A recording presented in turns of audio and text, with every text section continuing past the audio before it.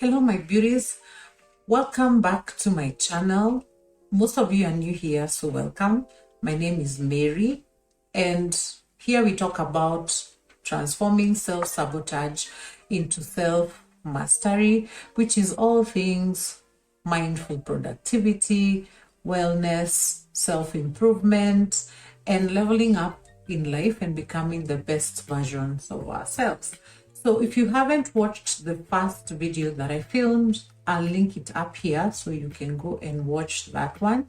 And today we'll be talking about how to set intentions in the new year. Yes, it's February, so it's not too late for you to set an intention for the year if you haven't yet. And I'm going to also just talk about, give you 6 tips on how to set intentions for your new year. So I began setting intentions for my new year in 2018. I remember that's about the first time I also created my first vision board. And at that moment, I really didn't know what setting intentions was. But over the years, my vision board has now been in alignment with my intention of the year. So I'll be sharing a few tips on how you can set intentions for the new year to become the best version of yourself in 2023. So my first tip is to take time to do a self-reflection and think about your wins and your losses for the previous year. So if 2022 you struggled, you can look at the areas that you struggled in 2022 and also look at the areas that you grew in the past year.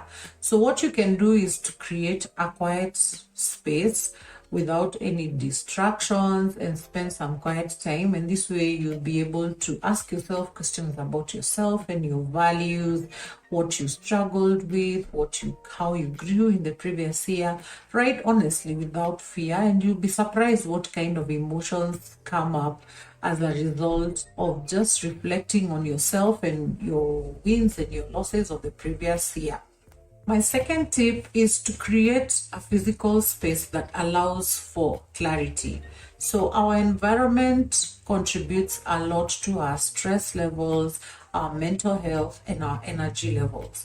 So it's really important that, because our brains need order, to have a look at our physical space and ask ourselves, does this space look or feel peaceful or orderly? And if not, then take a moment to figure out then what you need to do. For example, decluttering your space, what needs to stay, what needs to go, what needs to be given away to charity.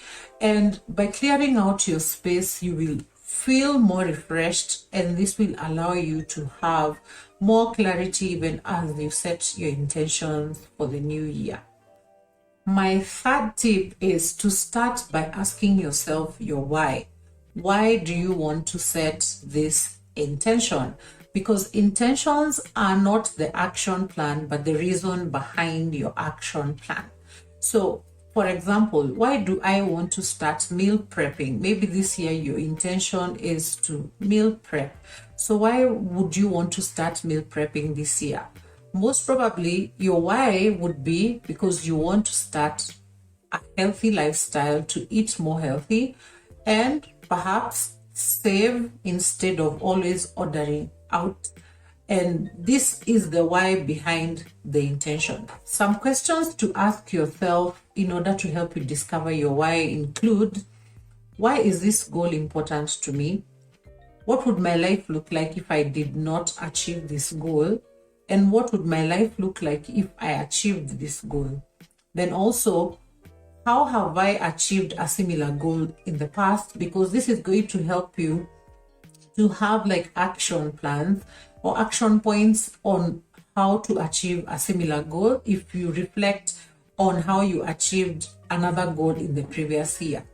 So without your why, your goals or your resolutions for the new year will always feel empty, because many times we set goals because other people are setting them, or out of comparison or even guilt. My fourth tip is to set a theme for the year and make it memorable and repeatable. So here is where your word of the year comes in, because after you've written down your list of goals or resolutions, it's important because you've now gotten a clear picture of how you want to live out in this new year. So it may help to have like a short phrase or a word that sums it up. For example, if your intention for this year is to grow, then probably your word of the year would be growth.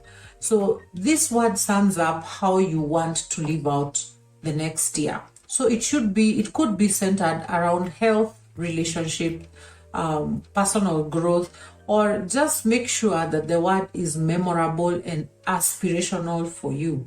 So one tip is, if it does not fit on a sticky note, then it's too long for it to be memorable and you'll not be able to remember the word. So how do you make it memorable? You can ensure that you have maybe made it as the screen lock on your phone, put it on sticky notes in various parts of your house so that you are able to constantly see it. And if you're moving around, make sure to move it around so that you're able to always have it present with you, because that really helps you to remember and to also know what you're working towards in that entire year. So my fifth tip is to set monthly intentions. As much as you have the overall intention of the year, for example, your word of the year or your intention is growth, it's important to set monthly intentions. So this could be words that guide you every month that align with the overall main intention of the year. So these ones help you because just as you set goals, you have to also set action steps to attaining the goal. It's like breaking down your big goal into stages that you're trying to bring, especially if you're trying to form new habits in your life. It's something psychologists call temporal landmarks, because they help you to jumpstart your motivation every month.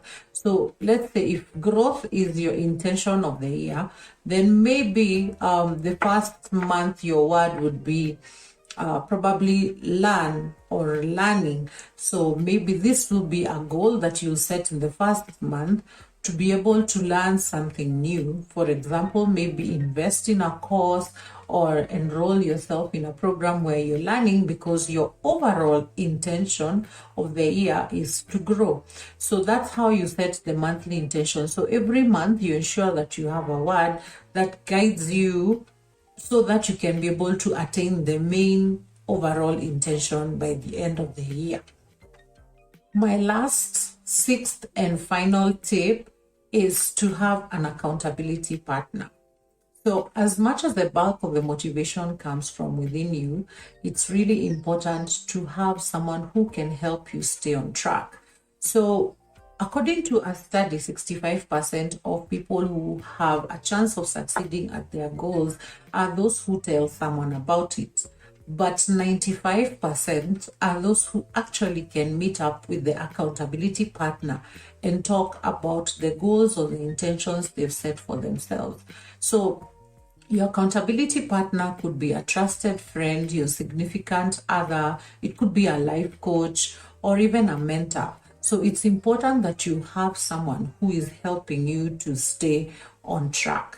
That's it for today, my beauties. I hope this video has helped you even as you start setting your intentions for the year 2023. It's still early in the year and you can achieve your goals and become the best version of yourself if you get to it now. So please remember to hit the subscribe button, like, share and comment on this video if you like this content and if you found it helpful, and I'll see you in the next one.